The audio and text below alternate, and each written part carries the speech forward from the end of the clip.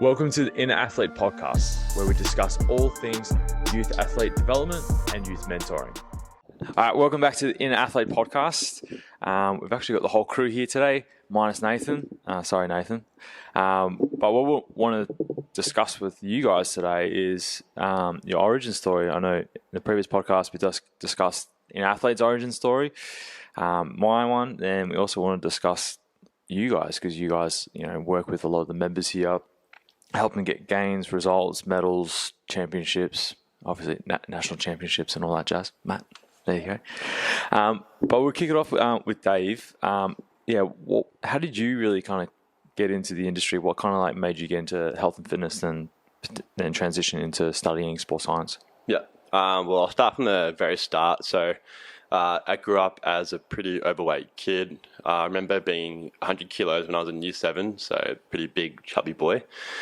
I think in year 7 or year 8, I was told that I was too unfit for my footy team and I was going to get cut if I didn't get fit because I would struggle through training sessions. I just dreaded the Tuesday, Thursday training sessions. So coach gave me an ultimatum, was like, either you get fit or you get cut. So he recommended just to start by walking around the block around my house and then jog it and so on and so on. And eventually over time I started to run 5-7 Ks quite consistently. And then over that time, just leaned down to about 80 kilos, 75 kilos. Came back the year after, I was super, super fit and lean, ready to go. But unfortunately, because I wasn't carrying that weight, it ended up being a lot worse at rugby, the other sport I was playing. Anyway, during this time, because I leaned down, I was like, I want to get a lot stronger for my sport. So I started going to the gym with my mum, just using simple dumbbell stuff. Didn't really know what I was doing, but just following what the personal trainer was doing at the time. After a while, I was kind of sick of going to the gym with my mum. I wanted to go with my mates, so I went to a gym after school. Fell in the world of bodybuilding and subscribed to the whole idea of the bodybuilding, looking good, looking shredded, all that stuff. And then after that, I finished school. So in my gap year, I decided to do my Cert 3 and 4. I was deciding what I want to do with my future. Decided to do my Cert 3 and 4 at fitness. So that's like a personal trainer qualification. Moved to Melbourne and then start my degree in exercise sports science. During this time in my gap year, I did a bodybuilding comp.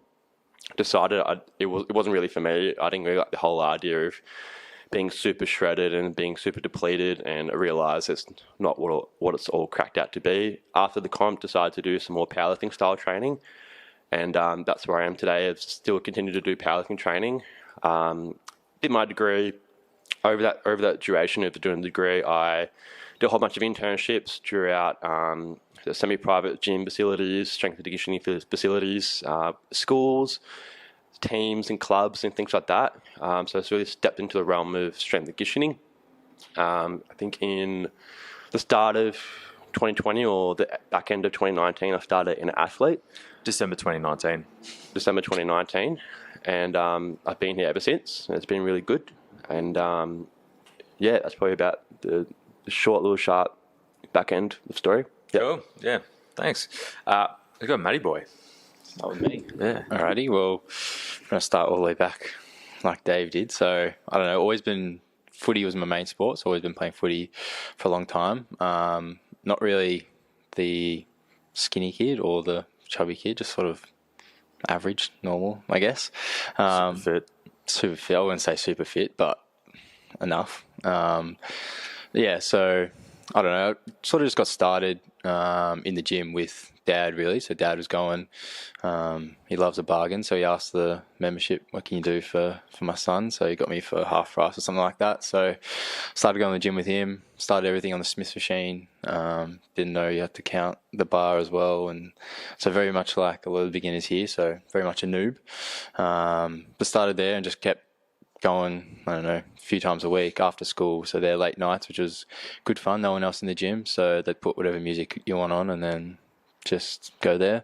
That was a local gym, so when I turned 15, 16, I got a job there at the lifeguard, so I got a free gym membership there, and then was there pretty much up until I came here. So yeah, so I was working there for 5 years, studying sports science from there. I think as soon as I got in the gym about, I don't know, 13, 14, however old I was, I think that was when I realised this is what I want to do. It's just a fun place to be. It's not really work. Like, you just come into the gym and talk crap with a lot of the kids here. A lot of your work's done on the back end of the stuff in terms of the programming and teaching them early. So once all your work's done there, you're sort of just coming in to, I don't know, do all the top end stuff and facilitate the improvement. So the actual work side of things is I guess as fun as it can be. In an office job, you're not in a confined space. Each day is different. So I've always loved the industry, and I knew it was what I wanted to do. So sports science was always the goal. It was always the goal ATAR. I check every year to see what I had to be. So did that.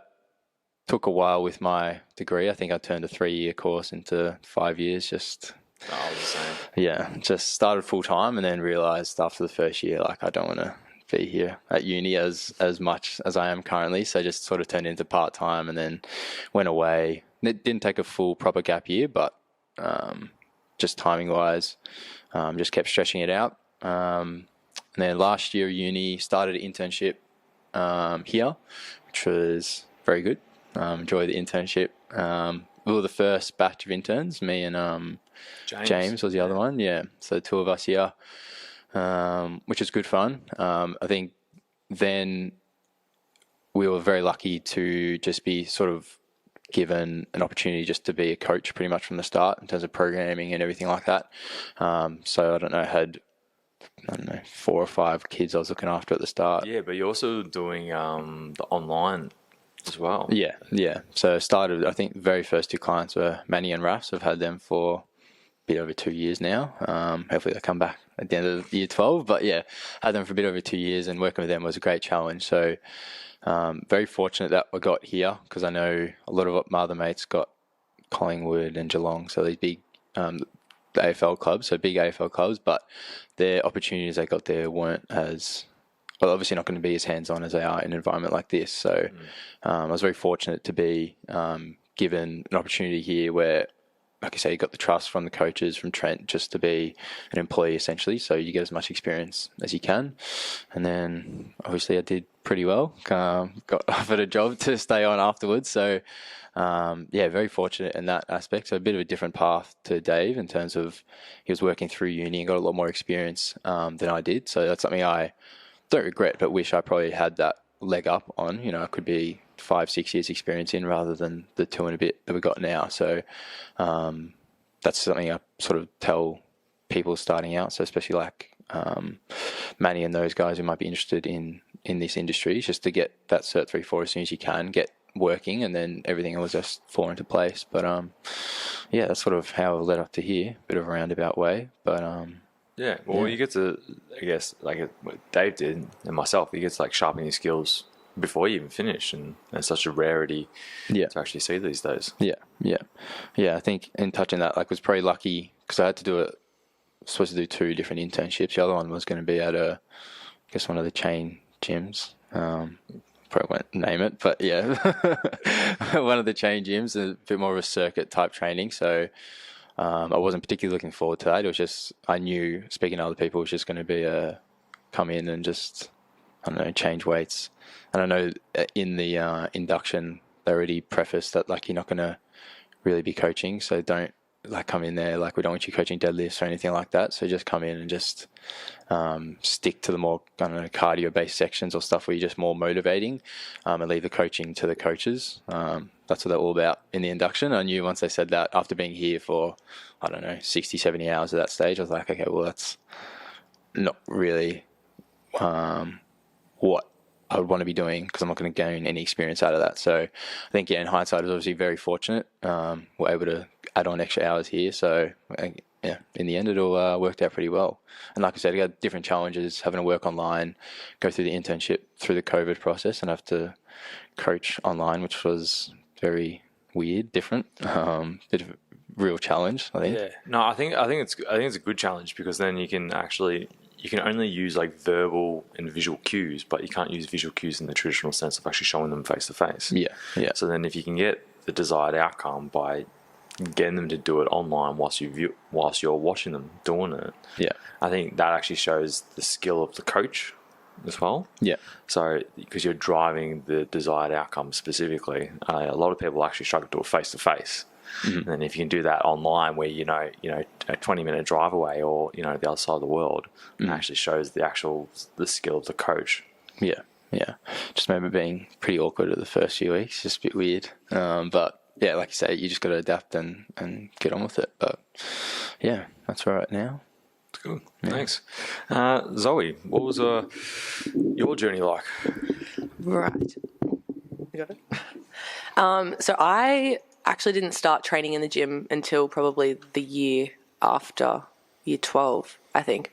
So the thing that got me into sport, or exercise and sport science, was that I loved sport, but I never tried hard enough to get into rep, or I didn't believe in my abilities enough to get further.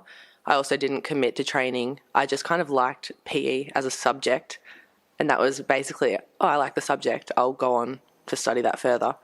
Nothing else. I went to have a look at open day and for uni, and I liked it. But then in uni, I quickly realised that I probably should be training if I was wanting to do something like this in my career. So I think it was the exercise prescription unit, and I didn't even know how to coach a lat pull down, and I was like, yeah, it's time to go to the gym. So then I just started with the PT once a week. Motivation was shocking. Would go probably once every 2 weeks, and then eventually went to group training, which was actually good. As much as it has a bad rep, it gave me that what it felt like to train multiple times a week, commit to it, go there, get it done.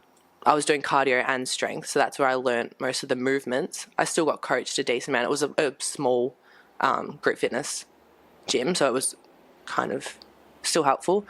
And then after that, that was kind of brought me into lockdown and training and uni and lockdown. So then when I went into first placements with uni, that was when I first learnt about athletic movements and a bit more to do with the gym. And so then using that combined with the knowledge that I learnt doing the group fitness classes, I could kind of work out more through that. And then I figured out that I wanted to actually train for sport, because I was playing football at the time. So then basically in the middle of lockdown was where I did most of my placements online and went more into the athletic side. So honestly, my first placement was where I learnt more about athletic training and kind of how we can progress through that. And then my second placement, as lockdown ended, just kind of getting to work with kids. So this was a school strength and conditioning program, and just being able to kind of learn from trial and error. That was the biggest thing I learnt, was definitely just getting pushed into a situation where we had control of the kids and the whole kind of program. And then, yeah, that was basically how I got my first entry into it. And then I actually started the coaching Instagram, and that was huge for me. I was in lockdown looking through it all the time, looking at what everyone had to say. There's so many conflicting opinions, so I'd actually be reading something, someone saying one thing, someone saying something else, do some research, kind of figure out where we are on that point. And then from having that coaching Instagram, I actually got asked if I wanted to, it wasn't intern, it was an assistant role at the Coburg Football Club, and for strength and conditioning. So that was my first actual role in the industry, where I started as assistant strength and conditioning coach to kind of help out their team, help out their high performance manager. And then I ended up actually becoming the head of strength and conditioning after that. So then, went through that whole program with the girls, went through a whole of last season. That was unreal for my development, getting thrown in the deep end, as it was my first role in strength and conditioning. I was just started working here as well at that time. So I started Coburg the end of 2021. Yeah, and I got hired here started 2022. Yeah. Was it? Yeah. And then I was also interning at another gym as well. So doing all three at the same time while I was still completing my uni degree, which was ridiculous, but also the best for my development because I was learning from every different aspect. And like Matt, I did my degree over 5 years-ish, took off a year in the middle. So I had time to actually work on these things while also still studying instead of focusing on just finishing the degree and then going on to pursue a career. So I think that was the biggest thing, was being able to use everything I was learning at the time. So being able to use what I was learning at the football club and then transferring it here, or maybe things that we were doing here, transferring that to the football club, learning how to work with groups of athletes as well as individually at the same time, and then having so many different mentors to ask questions to and speak to all the time. So I think that was the biggest thing. Yeah, one of the kind of trends I want to kind of pick up on was, I guess for you, Matt and Dave, and even for myself, how we actually started getting into fitness. I think it was because of our parents. So it's a really interesting thing here because we have a lot of parents that do train here as well, and they actually want their kids to come train here, if not with them at the same time, if not at a different time. So it's quite interesting to kind of see that, just that general trend. But then for you, Zoe, it was just like, oh shit, I don't know what I'm doing. Yeah. But it's kind of like that. It's kind of like that, but you did it more through self-discovery, and you knew if you're going to be in this industry as well, that you needed to dust up on yourself first, make sure you're getting results before you can actually start to create buy-in and actually start to coach others as well. Because otherwise, if you're not confident, how is that going to flow on to, whoever you're coaching as well? So yeah, that's good. In terms of what do you guys do now? So in terms of the projects and the coaches or the athletes that you coach here, and some other projects that you do on the outside. So what are some of the things that you're doing at the moment, Dave? So like going to like sort of clients I coach now, and clients you coach, who do you focus on, and some other things that you're doing outside of here as well. Yeah, like internships and stuff.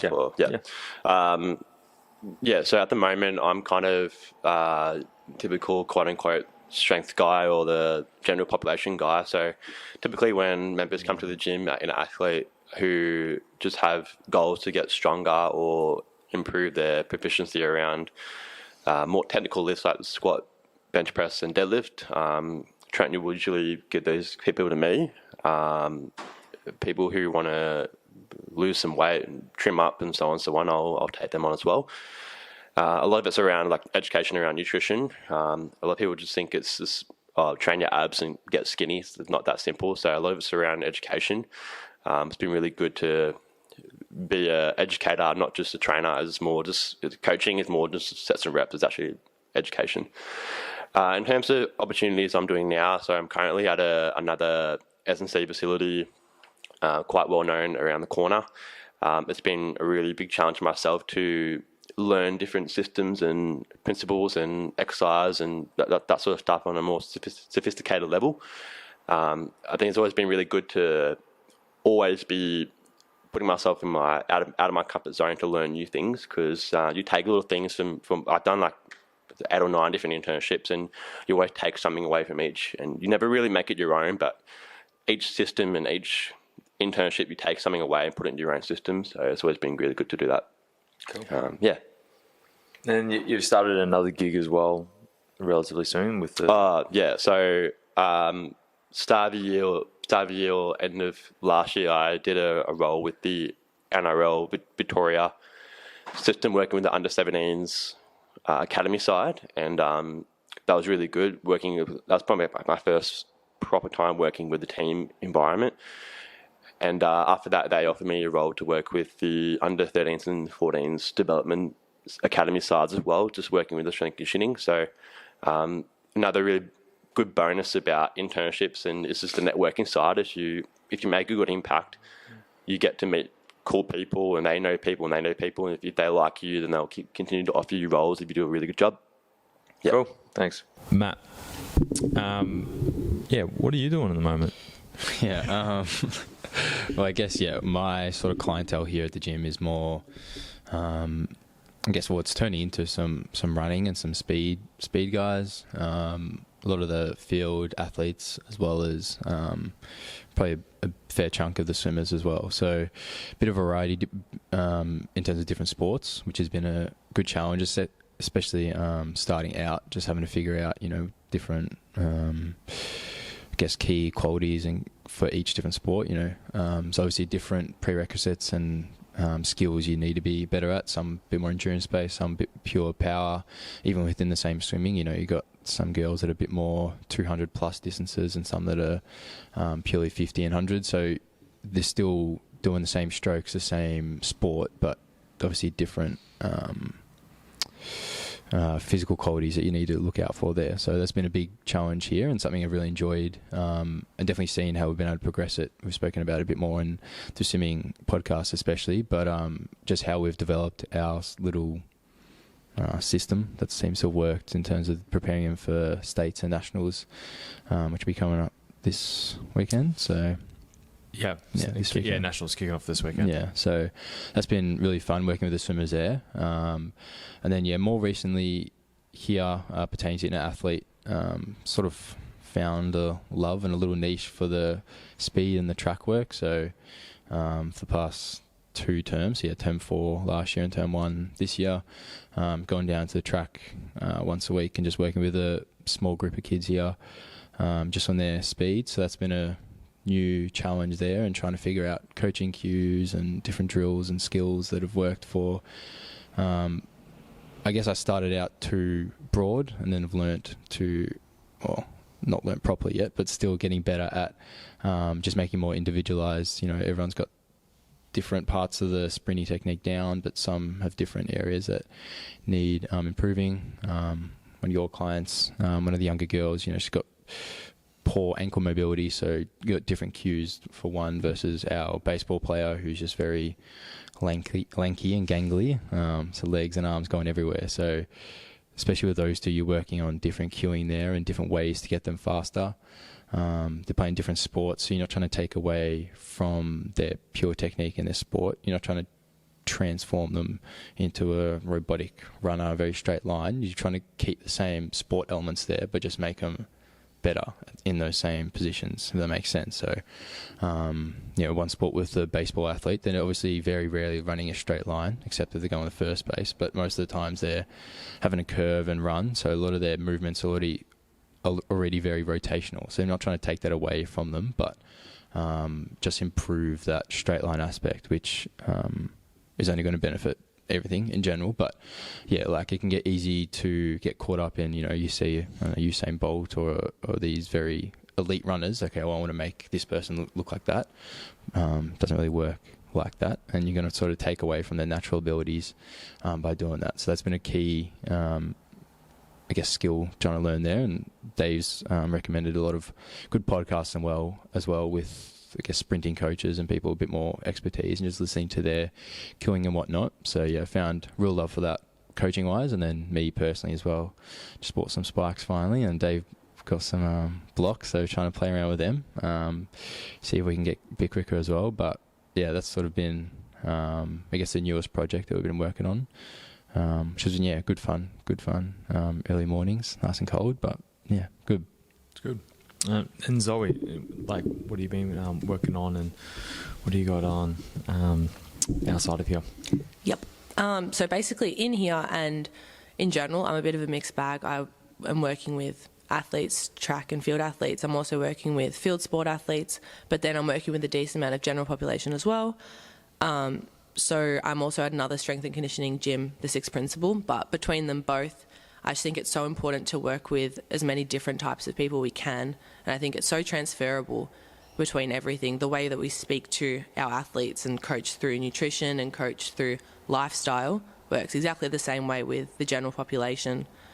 Everything's related. I've had a few athletes who need so much help with nutrition and just ideas, and might not, if they're younger, they might not necessarily understand fuel, and they might be a bit stuck on sort of themes that we have had passed down of, not eating specific foods, try not to snack, or try not to eat certain types of foods for certain reasons. But then I've also had general population clients who have been bred the same ideas, more so like cut out carbs or try not to snack at all throughout the day. So it's just so interesting how everything relates, and we can kind of use the same advice for both. Like in general, our ideas behind health and fitness are similar for all round. Obviously with athletes it can be a bit more specific to fueling for sport, or movements can be a bit more specific to the way they perform, but in general we're always working towards moving better, feeling better. Yeah, it seems to be like some general rules that everyone can follow, but then as you get more specific or more to the higher echelon of performance, then you're going to have to go a bit more specific, later on down the track in terms of really like dialing it in, essentially. Yeah, absolutely. And then because I've just started studying Masters of Exercise Physiology, which is in general a lot more general population, a lot less athletic at the moment at least, but it's just using all of these different principles again for any certain population. At the start it's just a certain protocol, and then we just kind of adapt to the individual later on. Yeah, no, that's good. Then the next question is about past and present. I know Dave's been trying to stew on this one for a bit. Where do you see yourself in the future, or can you even see yourself, moving on from this industry, or do you want to work in a different area, or do you want to work with different athletes or different populations? Where do you see yourself kind of going, or where would you like to challenge yourself next? Yeah. So from a young age, I've always felt that I wanted to do a job where I help people, whether that be policeman, fireman, whatever it is. But then I realised that's probably a bit of a risky career, so I decided to blend in my sort of passion for health and fitness with helping people. So that equaled out to be a personal trainer. So I started with personal trainer. That was sort of my quote unquote dream job. Did that for a little bit. My first internship was with a predominantly powerlifting, strength and conditioning facility near here, and kind of subscribed to the idea of owning my own gym or working for that gym. And then he pretty quickly said, gym ownership's not all what it's cracked out to be, and you would know that.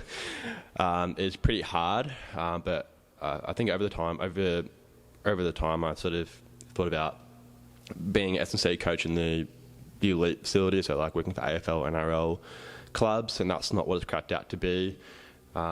Working in schools and semi-private facilities like an athlete, but each job has its challenges. Each job has its pros and cons.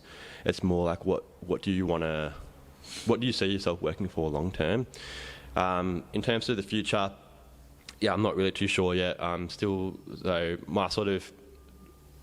I've made up my mind that when I finish my degree, I was going to work in the strength and conditioning field for 1 to 2 to 3 years, see what that brings me, and work in it full time, and see what opportunities from during networking we bring up. And now I'm sort of tossing up the ideas, looking at doing postgraduate education, whether it be Masters of Exercise Physiology or Physiotherapy, or Masters of Strength and Conditioning, or Masters of High Performance. So it sort of opens up more doors to look at career options. But I think it all comes down to, I definitely know that I like working with people.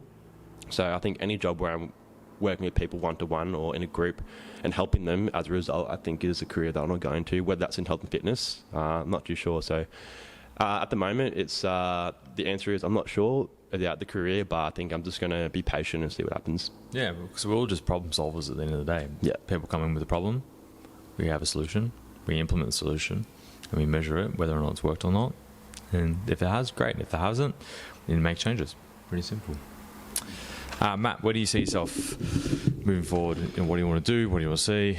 Yeah, I guess, for the short-term time being, this is definitely where I want to be in the industry. Always wanted to be, I guess, similar to Dave there, always wanted to be in a, I guess, tryout, at least in an elite or team sport environment. I guess, you hear stories that, like I say, it's not as glamorous as it seems to be, but I think, just being in that environment with, for the most part, very self-driven individuals would be, I guess, very infectious. And obviously you got the most expertise there in some of the coaches there, and very experienced. So it'd be good to get into that environment somehow. But I guess that's one door. But in the short term, I think I'm very happy here, just getting more hours. And like I say, I want to solidify, I guess, as much as we can, a full-time role in the industry, and give that a go first before trying to dip my toe in lots of different waters now, finish uni and have the opportunity to just work, I think it'd be the smartest decision just to give working a go properly. I guess in the long term, I've always wanted to be a firefighter, so that's something I do want to do. Whether that's sooner rather than later, I'm not sure, but something I do want to give a go before I cark it. So that's something I want to try. So yeah, I want to start doing some volunteering there over this summer. So in the coming summertime. So look to do that probably around October time. But up until then, yeah, just stay here. Maybe start looking in some schools. There's opportunities there for more permanent roles, and in some more, I guess, in the middle of the day. I guess here in the private gym, you're here mornings and nights. So most of the middle of the day is free. So finding a school in the local area, something like that, could be an option. But yeah, for now, just not really entirely sure what I want to do, but just want to work full time in this industry. But yeah. Cool. Zoe, what about yourself? Yep. So similar to Dave, I think I've always wanted to, well, not always, as I started in this industry, I've realised that I want to work with people. But I've also, as I began with a football team, I realised that in the strength and conditioning industry, you don't necessarily get a lot of time with people. So if it's a team sport, you just don't necessarily get to spend a lot of time with the individual athletes. So I quickly realised that the private setting was what I loved for that reason, where I could see someone regularly, be able to kind of work with them on their whole life instead of just seeing them when I need to or prescribing a group program. I can work with these individuals on their lifestyle. Like the training program is just one aspect. So I love the idea of being able to speak to the client, the athlete, constantly and kind of figure out what's going on in their life, which is a huge part of what we do here, especially working with the youth, because we can have chats just about what's going on in their life in general. Even if it's something like they're feeling a niggle, we can kind of go deeper. Often it can be the fact that they haven't slept properly or the fact that they're not eating enough. And those factors are so common that it's important to have that time with someone to be able to kind of reiterate, because even though we know the pillars of health, the foundations, it actually takes a long time to get through someone's head, whether it's an athlete, whether it's youth, whether it's just general population.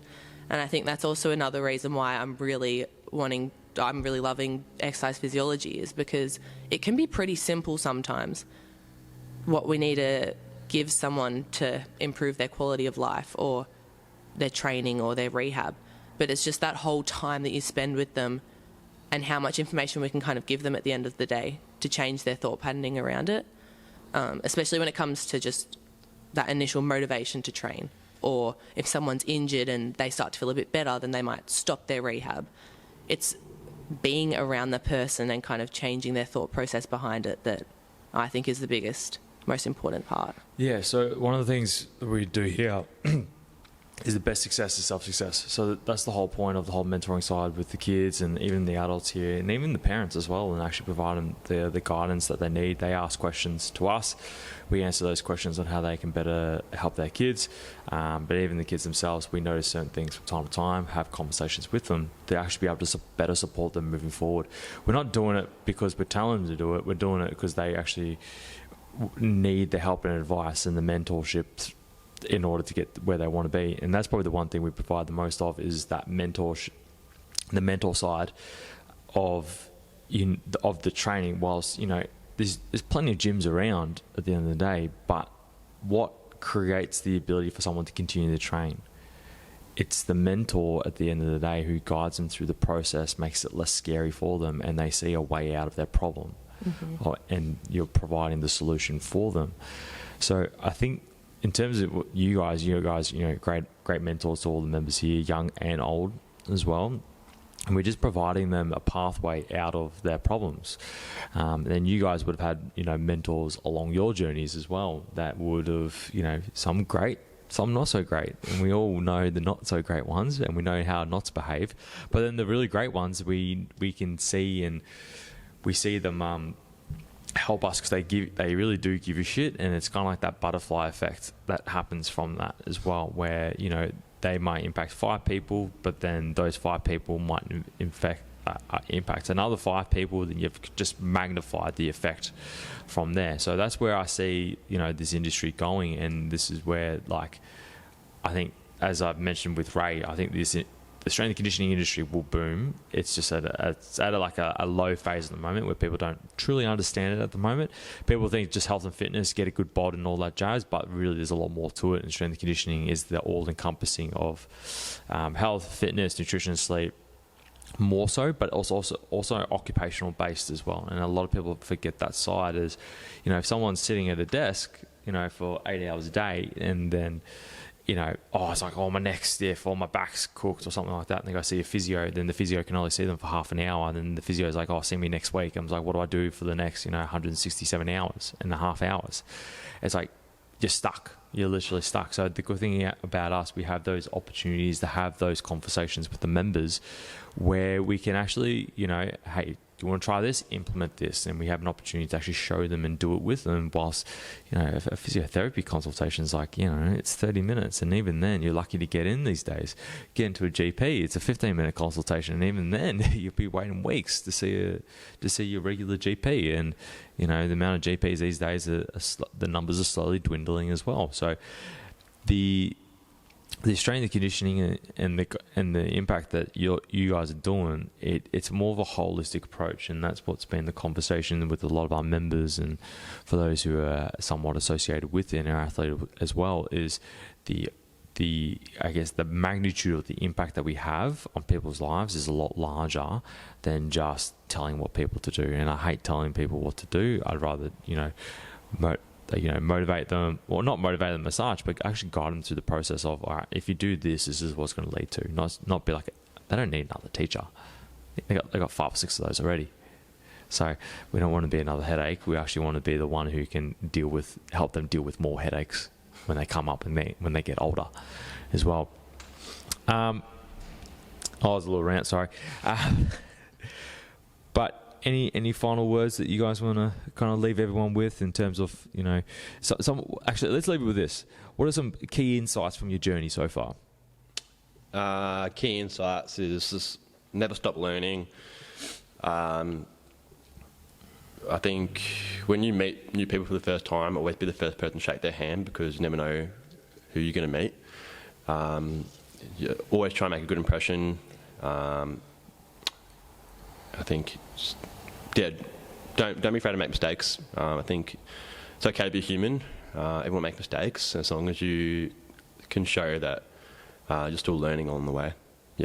Yeah, as long as you're accountable for those mistakes and actually try and learn how to actually fix it and not double down on the mistakes.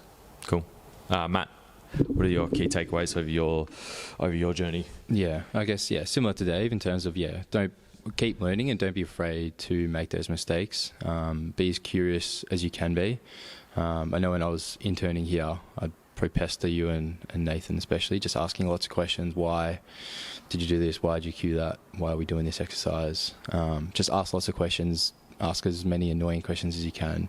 Just know as much as you can for like the most basic movement. Just really try to know it inside and out, so then when you're thrust into the opportunity to have to coach it or whatnot, you really know what you have to do. And then just don't be afraid to put yourself out there. I know in terms of public speaking, getting in front of people, I used to hate that. I've done a couple of seminars now, and I won't say I love it, but like you feel comfortable, especially in a group environment, in just coaching, putting yourself in those extreme situations where you're speaking for a couple of hours in front of a room of 20 people, whatnot. It's pretty daunting at times, but then when you have to go coaching a new team or a new group of kids, sometimes the kids can be scarier than the parents, because they're going to tell you exactly how they feel, whereas the parents, they might hold their tongue a little bit. A kid might, I don't know, swear at you, snap back, whatever, but that's all part of the journey, and just putting yourself out there, not being afraid to make those mistakes, and then having that self-assessment next time. Okay, I'll do this. Speak to a mentor, speak to a coach that you trust, and then try to work through that process for the next time. That's sort of the key takeaways I've had since starting here. Which is good. Cool. Thanks. Zoe. Yep. So my most important takeaway is definitely the ability to communicate with people is the most important thing in this industry. even in life in general, but if you can talk to any client, any demographic, and be able to kind of work with them, figure out what's going on in their life, then you're going to be able to work with them in the gym setting and in their programming as well. Because if you can give the best gym program to someone, but if they're not actually going to follow it or it doesn't fit their life, then you haven't done your job. So that's probably number one. Number two would be kind of like what Matt was saying, try every opportunity. You're never ready. You don't ever feel like you're ready. So if you get put into an opportunity that you don't feel like you're ready, that's when you learn the most. And then while you're doing that, asking lots of different questions. If you're working with people who you see as a mentor or a role model, that's the best opportunity you can have to actually learn from them. And that's probably it. Another kind of word of advice is don't stress too much about just finishing your study. If that's what you're going through, definitely take it slow. You probably saw a common theme between us that we spread it out. I just think that if you're working through your studies rather than trying to just get it done, you're thinking a lot more while you're studying as well, and then you can put what you're learning in place as you're learning it as well. Yeah, no, they're all really good tips and I guess insights to your own journeys. I think, taking your time, but taking the time as in like you may need a break, that it might be overwhelming, or it might be something that, you know, you kind of don't understand all the material and how it's actually applied. Maybe going out in the field and actually stopping your studies for a year or 6 months and actually go do some coaching, go do a placement, go do some sort of internship, or, you know, even sports coaching as well. You still be able to apply that, you know, be able to do an athletic warm up. You know, you can go apply it straight away. Then you can actually measure results over time. So it's one of these things where if you want to be in this industry for the long haul, you got to treat it as if you're in it for the long haul in terms of the development side, not trying to rush through things just for the sake of. Some industries where you can get away with that, like anything like business and accounting, you probably could, because it's just like X's and O's in that sense. Whilst in the strength and conditioning industry, you are working with individuals.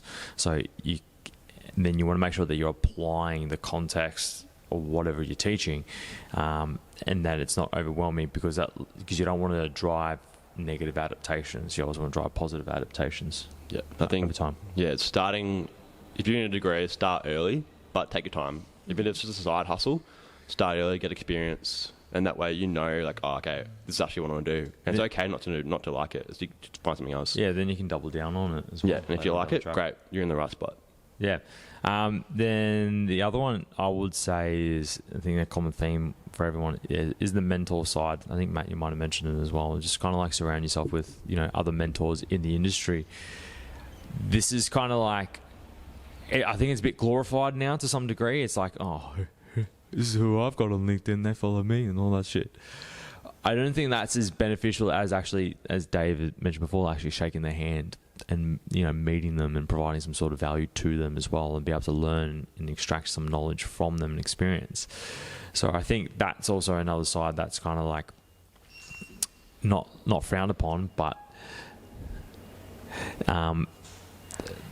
I think it's an area where a lot of people can get out of themselves. And, you know, Matt, you've done presentations before where you had to kind of get out of yourself for a moment, and you had to be more objective in the way that you approach things rather than be subjective in the way that you felt about the situation, but you just kept moving forward. So, I think we wrap it up there. It's good. All right. If you like this episode, please like and subscribe. Really helps us, fighting this ever-changing algorithm. But until next time, see you on the next one. You have just listened to the Inner Athlete podcast. Be sure to subscribe to stay up to date with the release of weekly episodes. Be sure to follow us on Facebook and Instagram to get great tips on all things youth athlete development and youth mentoring.